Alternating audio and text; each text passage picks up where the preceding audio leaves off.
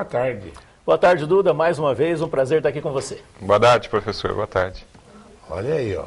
Estamos aqui com oposição, situação, amigo, inimigo e o ano de eleição. Tá aí. Por falar, vocês acompanharam as entrevistas da Globo lá, né? Eu vi todos até agora, sem brincadeira. Acho que eu vou votar no pastor Everaldo. O que mais me agradou, eu nunca tinha ouvido falar desse pastor, por isso que ele tem 3, 4%. O cara é vivo, hein? Ele é inteligente, sim, sabe falar. Não sei se os caras da Globo protegeram ele, mas o que foi melhor até agora foi ele. Mostrou um espírito de homem público, de cara sério. Claro, e também eu votar nele é uma vantagem, ele não vai ganhar, não é isso?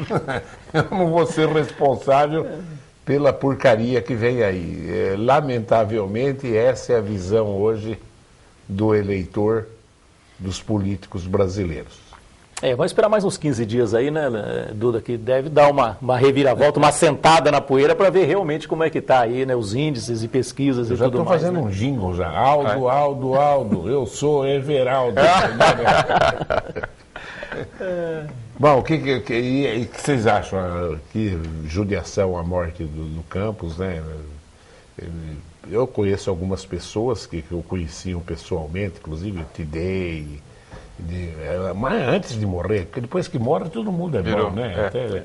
Mas eu só ouvi falar bem, o Arnaldo Jardim, o pessoal que eu já tinha conversado sobre ele, falava muito bem da pessoa dele, viu? Foi uma pena, né? Uma grande perda, né, para o meio político nacional, uma pessoa jovem que tinha uma carreira e que poderia fazer muito, não é? Tinha um potencial muito grande de trabalho e que poderia fazer muito pelo nosso país ainda. E, infelizmente, a vida escolhe, a gente não tem o que fazer, né? Vai dar uma tumultuada, né, na campanha, por isso que eu falei esperar uns 15 dias, né? Até a poeira baixar e ver para onde que a coisa caminha aí. Eu assisti um debate dele e do Aécio e, olha, fiquei impressionado, viu? Uma inteligência, uma capacidade de pensar o Brasil como nação, sabe? Unir os brasileiros, realmente uma perda enorme para nós. O que vocês acham que muda no cenário? Agora... Não dá para falar quais são os dois que vão para o segundo turno, né? Acho que a grande vantagem, desculpa, Moisés, a grande vantagem agora é a certeza que vai ter segundo turno. Sim. Isso é bom para o país. Eu já tinha essa certeza. Isso é muito bom para o país.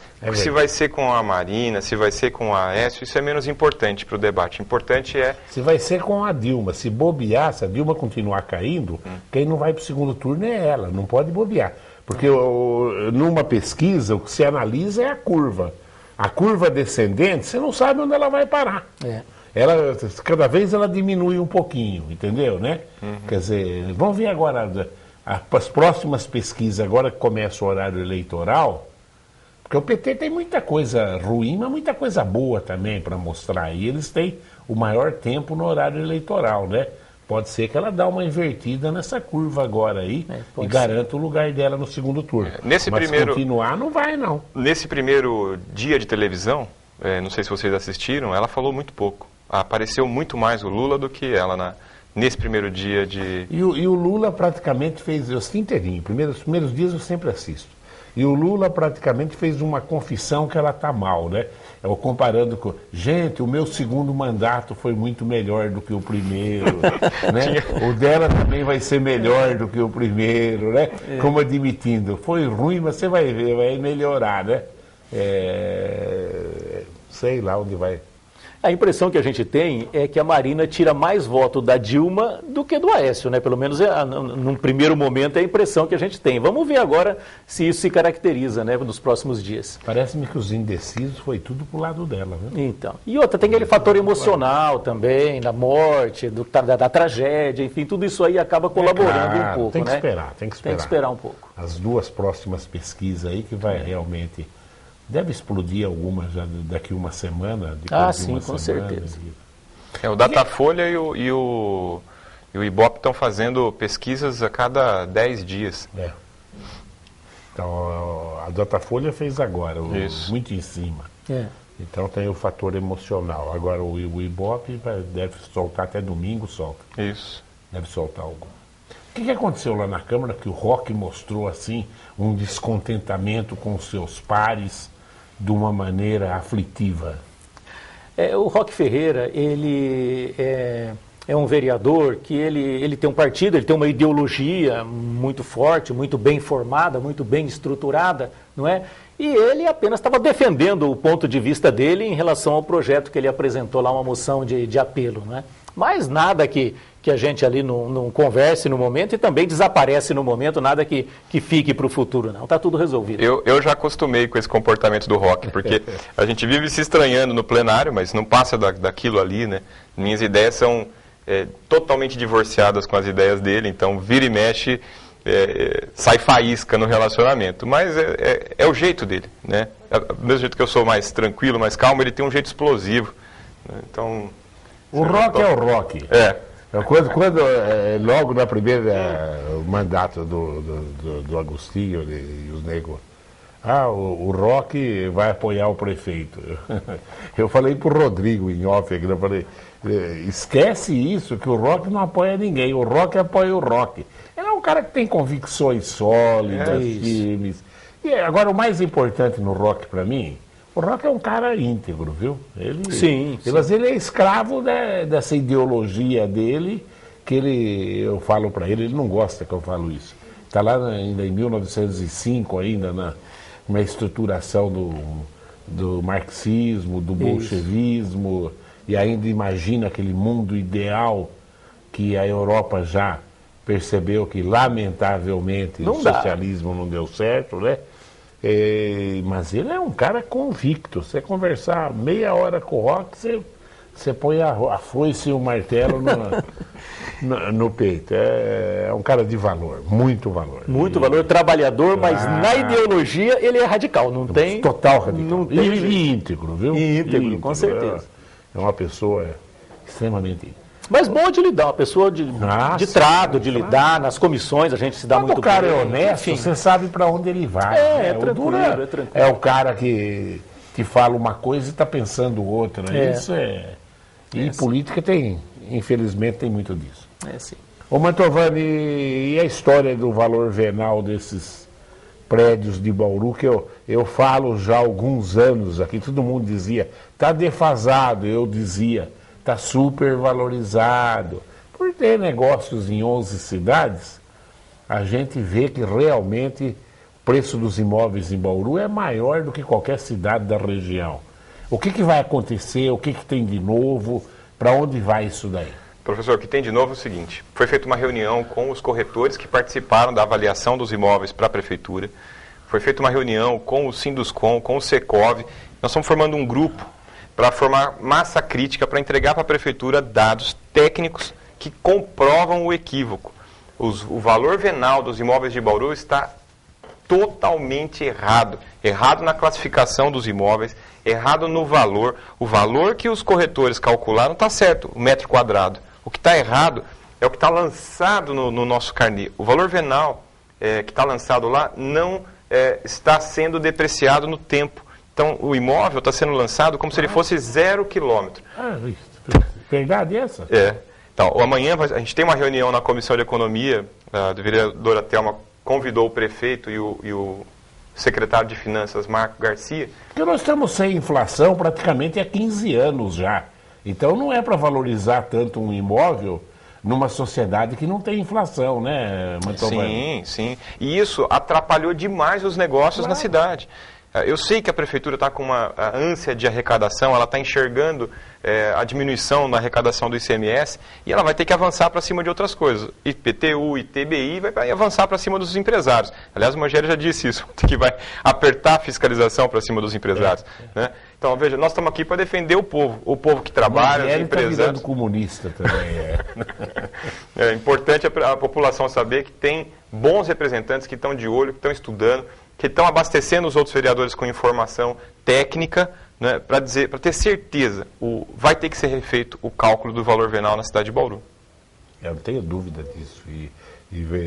Antes se falava em refazer, nego achava, vai ficar mais caro. Troco as rodas. Vai ter que refazer e vai ficar mais barato. Agora, outra coisa lamentável antes de eu tocar na saúde de Bauru com você, Moisés, essa greve nas faculdades públicas do estado de São Paulo, que eu já chamei a atenção algumas vezes, e hoje de manhã, pelo que eu vi na grande mídia, violência já dentro da própria Universidade de São Paulo. E outra coisa que também a gente, por ser do setor de educação, estava sentindo. As universidades públicas no estado de São Paulo, eles têm um percentual do ICMS. Isso. E a gente sabia que ia chegar uma hora, essa arrecadação ia cair. E todo mundo gastando com mão de obra, mão de obra, mão de obra. Parece-me que a Unicamp, já 97% da arrecadação do ICMS dela é a folha de pagamento. Está gastando com o pessoal. A Unesp, parece-me que já é mais do que 100%. A USP, ainda que tem uma margezinha, é onde a greve está mais brava. Não vai ter saída. Ou o governador cria critérios, mas aumenta essa percentual de ICMS num ano que a arrecadação está caindo, ou essa greve não vai acabar. Quer dizer, a situação vai chegar a parâmetros inadministráveis.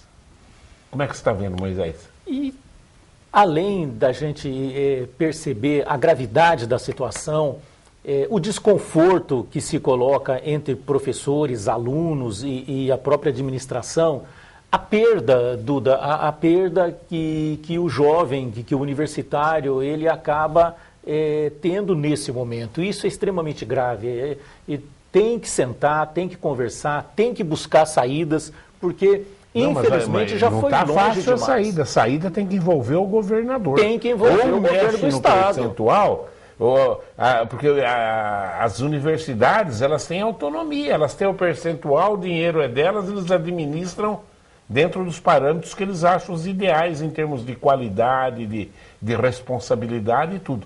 Eles comprometeram, os administradores anteriores das universidades, praticamente toda a sua receita com folha de pagamento. Você viu, isso acontecia também com as prefeituras, né? Até que se criou a lei de responsabilidade. Lei de responsabilidade fiscal. Talvez seja um momento oportuno para debater que, apesar da autonomia que a universidade tem que ter, ela tem que ter o mínimo de responsabilidade, porque isso é ciência. Entendeu? Eles ensinam isso para os alunos. Claro. Entendeu? Como é que pode a arrecadação ser 97% gasto na folha? Entendeu? É discrepante. Então, talvez chegamos no fundo do poço, talvez nesse momento, e aí se discutir uma nova regra. Muito triste. E as 3 melhores universidades do Brasil estão aqui no estado de São Paulo. A USP está numerada aí entre as 100 melhores do mundo. Você está entendendo? E tem qualidade. É uma pena eu ainda assistir o estrangulamento dessas 3 universidades que têm uma qualidade excepcional. O governo do estado precisa com urgência, não é, interferir nesse processo, enfim, ajudar nisso daí para que a gente possa continuar, não é, o trâmite normal do ensino tão fundamental, tão importante dessas universidades no estado de São Paulo. É o que eu falo, o Geraldo Alckmin, a imagem pessoal dele é muito melhor que a imagem do governador. Nada atinge o Geraldo nos termos de respeito com a população. Porque ele está com 2 pepinos na mão aí. Um é essa greve das universidades. Eu não lembro se vocês lembram do Paulo Renato, que era ministro da Educação. Era o nome que era para tentar substituir o Fernando Henrique. Isso. Teve uma greve na Federal, Acabou segundo diziam, que foi o PT que organizou na época lá, queimaram o Paulo Renato. A greve ficou lá 5, 6 meses e ele não conseguia paralisar a greve.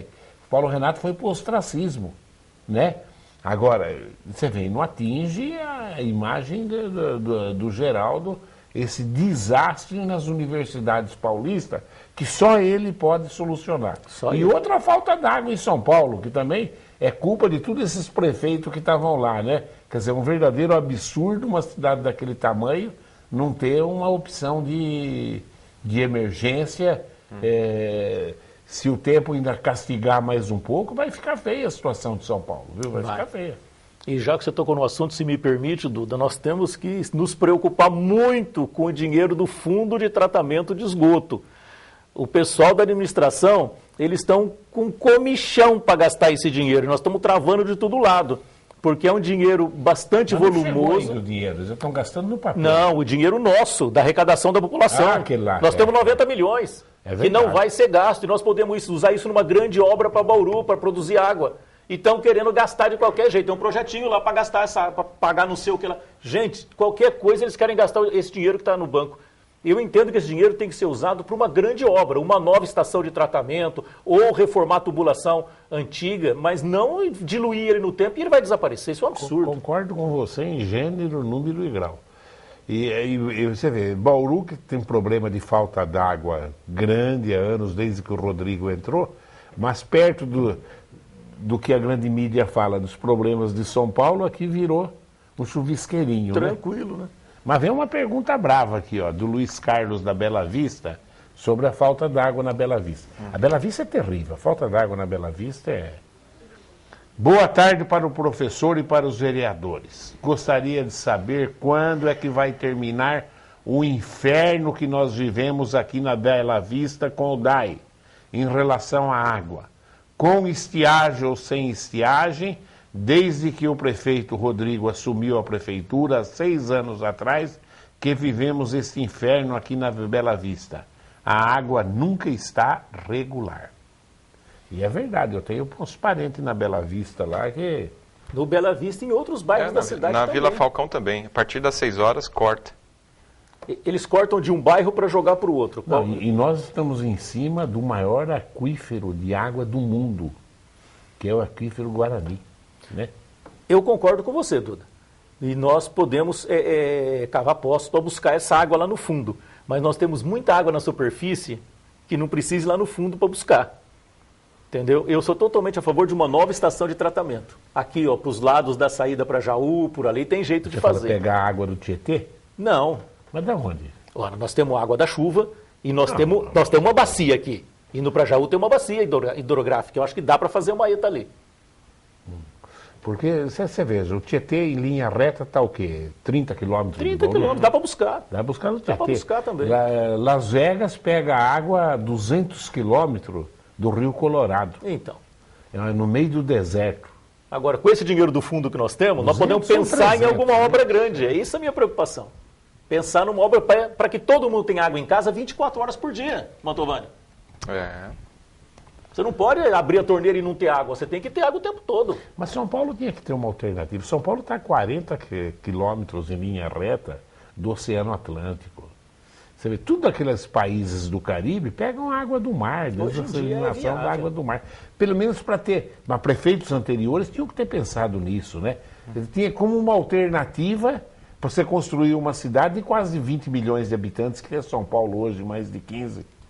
Imagina faltar água lá, o catástrofe que vai ser. Pelo amor de Deus. Eu acho que 40 quilômetros todos os países do Caribe pegam água Do mar. do mar. Todos, com essa exceção. O Marco do Jardim Godoy pergunta para você, Mantovani. Mantovani, o candidato a presidente Aécio construiu um aeroporto na fazenda da família. O que o senhor espera que vai acontecer com ele na eleição? Eu espero que ele ganhe, né? E esse caso do aeroporto está sendo investigado, né? Assim, o Aécio não construiu o aeroporto, ele é um aeroporto que só falta uma homologação. Esse dado está sendo estudado, a Folha está em cima investigando também, né? São aqueles factóides que surgem em campanha eleitoral, né? As mentiras, as maldades, o jeito de contar, né? Dizendo que esse aeroporto foi construído só para ele usar, quer dizer, uma inverdade, né? O que acontece ali, professor, é que a área foi desapropriada e o dono do terreno não concordou com a desapropriação. Então o processo continuou. E é um tio-avô do Aécio, o dono do imóvel, né? Mas foi feito todo o trâmite normal, legal, e o aeroporto pertence a um projeto de expansão de aeroportos regionais do governo federal. Essa é a verdade sobre esse aeroporto lá da cidade de Cláudio.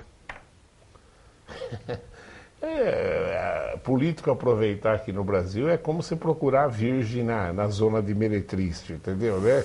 Você não vai achar, e olha, é lamentável. Eu vi as explicações do Aécio, me convenceram, sim, mas também um cara que tem a preocupação de ser o presidente da República não pode deixar acontecer uma coisa dessa. Mas a verdade é uma só. Tá duro para a gente se empolgar com políticos no Brasil. Tá duro, hein? Aqui o Reginaldo é bom de pergunta. Boa tarde ao professor e aos convidados. Na minha opinião, infelizmente, o único candidato que mostrou alguma superioridade no horário político foi o Tiririca. Pelo menos foi inteligente do Tiririca. Você viu, Moisés? Uhum. Mas no caso de vocês de Bauru, o que desanima os demais vereadores a fazer... O que é? Mas no caso de vocês de Bauru, o que desanima os demais vereadores a fazer aquilo que é seu dever? O vereador Roque, que está lutando de frente à licitação do transporte coletivo, ele se viu obrigado a recorrer ao Ministério Público para que alguma providência seja tomada diante deste absurdo. Como querendo dizer, o Roque é o único que está defendendo os interesses de Bauru. Moisés, e por que vocês dois não estão? Duda, eu acabei de completar um relatório, entreguei na semana passada, de 13 páginas, apontando toda a fragilidade no transporte público em Bauru. E esse trabalho foi feito pela Comissão de Fiscalização e Controle, junto com o vereador Roque Ferreira e os demais membros da comissão. Eu fui nomeado relator, nós ficamos meses ouvindo pessoas, analisando documentos, vendo planilhas, enfim, e concluímos o relatório que está sendo assinado essa semana, foi apresentado a semana passada, nós discutimos na terça ontem, que foi a Comissão de Fiscalização, e já foi assinado por mim, pelo Roque e pelo Arildo. Está faltando os outros 2 membros da comissão terminarem a leitura e a análise do relatório para assinar também. Quer dizer, na verdade, o trabalho está sendo feito sim, um trabalho muito profundo, rico em detalhes, tanto que gerou 13 laudas de relatório, apontando as deficiências e indicando, não é, as atitudes que a administração, mais especificamente a Endurbe, poderia fazer para ter dados mais concretos e mais próximos da realidade da nossa cidade para melhorar o transporte público e também para que a própria tarifa ela seja estabelecida de uma forma coerente com as necessidades e com os gastos reais das empresas na cidade de Bauru. E olha, professor, no início eu tinha dificuldade de entender como é que era como é que se trabalhava na Câmara, né? Hoje, no meu segundo mandato, fica muito claro. Todos os trabalhos que aparecem são trabalhos da Câmara Municipal. Nenhum vereador faz as coisas sozinhos. Ele pode tomar iniciativa, por exemplo, no caso do vereador Roque, sempre trabalhou com esse assunto da mobilidade urbana, então ele lidera o debate, mas tudo o que acontece é a Câmara que faz. Todos os vereadores dão suporte, seja na Comissão de Fiscalização, na Comissão de Economia, há necessidade de todos ajudarem, até para o debate ficar mais rico. Então, não adianta valorizar o trabalho de um membro da Câmara. São 17 vereadores que estão trabalhando, sim, para defender o povo de Bauru. Vamos discutir esse problema da saúde. Eu acho duro falar isso, mas eu começo a ver a população começar a ficar contra os médicos ultimamente, viu?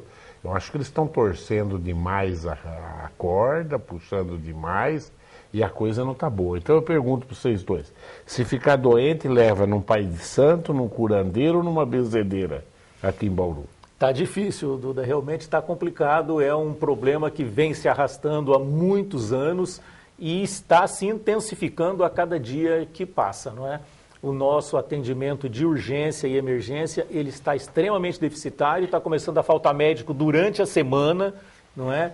E nós temos que tomar uma atitude emergencial com muita rapidez para que a população seja melhor atendida, né? Nós estamos em vias aí de estabelecer a Fundação de Saúde, que é uma esperança, e a gente espera que realmente traga uma solução com novas possibilidades de contratação de médicos, mas a gente também precisa da boa vontade dos profissionais que se interessem em debater, em discutir, em apresentar propostas, enfim, para que haja um consenso entre o poder público e os profissionais que atuam na área, para que a gente possa, chegando a um acordo, atender a população, porque é o momento mais difícil da vida, que a pessoa está doente, às vezes está sentindo dor, às vezes está com risco de morte, nós temos aí acidentes acontecendo na cidade o dia todo, enfim, e é um momento extremamente delicado. As pessoas chegam lá em desespero e elas precisam ser atendidas rapidamente. Professor, eu enxergo uma solução. Depois de aprofundar muito nesse debate dos médicos, um debate já de 6 anos, aumenta salário, abaixa a carga de trabalho e não resolve, eu enxergo uma solução, que é o governo federal alterar a lei dos mais médicos e autorizar os médicos brasileiros inscritos no programa Mais Médicos a trabalharem nessa forma que o Rodrigo quer contratar, na urgência e emergência, porque os médicos dos Mais Médicos, que são brasileiros, estão proibidos de trabalhar por conta da lei federal. Uma pequena canetada da presidência, essa lei alterada, e aí as prefeituras poderiam colocar, além das unidades básicas, poderiam colocar os médicos no pronto-socorro. Eu acho que é o único caminho rápido de solução. Os conselhos regionais de medicina seguraram a abertura de faculdades de medicina. Agora, parece-me que estão liberando várias aí. Você vê, eu estive em Ribeirão Preto semana passada, na inauguração da 4ª Faculdade de Medicina de Ribeirão Preto. E nós, bauruenses, inclusive onde eu me incluo também, fomos incompetentes, não temos nenhuma até agora. E Bauru ainda tem uma vantagem sobre Ribeirão. Bauru tem uma universidade pública, que é a USP. Ribeirão. Bauru tem USP e Unesp ainda. Nós não temos nem universidade pública e nem universidades privadas. Ribeirão tem uma pública, que é a melhor do Brasil, a USP, e 3 privadas. 3 privadas. O atual reitor da USP era diretor da Faculdade de Medicina de Ribeirão Preto. Então, a presidenta deu uma entrevista, essa do Jornal Nacional, ela comentou, o Brasil tem um dos mais baixos índices de médico por 1.000 habitantes do mundo. E temos 200 milhões de pessoas, não é brincadeira, né? Vereadores Mantovani e Rossi. Na última sessão da Câmara, o vereador... Aqui nós não estamos fazendo propaganda do Roque Ferreira, aqui estamos falando do Roque Ferreira. O vereador Roque Ferreira, com um discurso pesado, citou que todos os demais vereadores são omissos em relação às supostas ilegalidades no transporte coletivo em Bauru. O que vocês têm a dizer? É o famoso Pedro Valentim quem está perguntando. Olha, quem assiste rotineiramente às sessões da Câmara, e o Pedro Valentim assiste, na maioria das vezes está presente lá, não é? Ele sabe o trabalho que a gente tem feito, debatido temas, assuntos, isso enquanto tribuna, não é? Fora o trabalho que a gente faz nas comissões, que é extremamente importante. Eu acabei de falar, nós nos reunimos aí praticamente desde o começo do ano, que a gente está se reunindo com diretoria da Indurb, com o Poder Executivo, com diretoria das empresas de transporte coletivo de Bauru, analisando toda essa sistemática para que a gente pudesse compreender o sistema, a fragilidade do sistema e apontar as eventuais melhorias, e foi o que nós fizemos. Na verdade, o Roque Ferreira ele tem uma grande preocupação com relação ao transporte coletivo, ele aborda esse assunto praticamente em todas as sessões e ele fala de uma forma veemente. Mas os demais vereadores estão todos atentos, sim, trabalhando, participando sempre em todas as discussões, e também o que eu acho fundamental não é apontar falhas, eu acho que nós temos que apontar soluções. E é basicamente o que nós fizemos nesse relatório que nós vamos apresentar para o prefeito e para a Indurb, não é? O que deve ser feito e soluções viáveis, não é, para melhorar o transporte e, fundamentalmente, a fiscalização do transporte público na nossa cidade. Olha, então, eu falei bem rápido, já estamos no horário eleitoral, estava esquecendo, lá a Índia já ficou erguendo os dedinhos do lado de lá. Não, só para lembrar que nós estamos no período eleitoral, então em algumas manifestações dos candidatos, que também são vereadores e mantêm o seu cargo, né, se confunde um pouco e se sobe um pouco o tom. A gente tem que ter sempre calma, um pouco de canja de galinha ali para resolver os nossos problemas. E a Câmara está fazendo o seu trabalho de maneira perfeita, brilhante, na Comissão de Fiscalização e de Economia, que está cuidando desse assunto. Bom, eu no horário eleitoral ontem, você viu o Maluf fez tanta cirurgia plástica que não dá nem para reconhecer. Não dá para conhecer mais, você viu? Tem que aparecer embaixo. A boca dele era outra boca, não sei de onde ele arrumou aquela boca. Entendeu? E realmente a propaganda mais inteligente, o telespectador falou, não sei se em tom de brincadeira, foi do Tiririca mesmo. Filha da mãe deve ser o partido que banca aquilo, porque sabe que ele puxa 3, 4... Com certeza. 3, 4 deputados, né? Mas é isso. 30 segundos para cada um se despedir dos telespectadores, que agora o nosso telespectador está tudo sentado na frente da televisão, ansiosos para verem o horário político. Com certeza. Duda, apenas agradecendo a oportunidade, o convite que a TV Prevê faz para a gente, de estar aqui podendo apresentar o nosso trabalho, as nossas ideias e aquilo que a gente está fazendo por Bauru. Obrigado. Professor, só deixar um abraço para o senhor, para o Samuel, para a equipe toda e para o bauruense que está nos assistindo agora. Não é? Agradecer pela oportunidade de estar aqui e desejar a todos os brasileiros uma boa eleição, uma eleição com festa, né, com bastante debate e com segundo turno para a gente esgotar as dúvidas sobre o nosso país. Obrigado pela presença. Eu agradeço, Duda. Obrigado. Você viu que eu fiz, o jingle que eu fiz é fácil. Aldo. Eu voto no Everaldo, entendeu, né? Pega, hein? E não vou ter dor de culpa nenhuma. Tchau. Fique agora com esse desfile de celebridades que vão solucionar os problemas políticos do país. Tchau.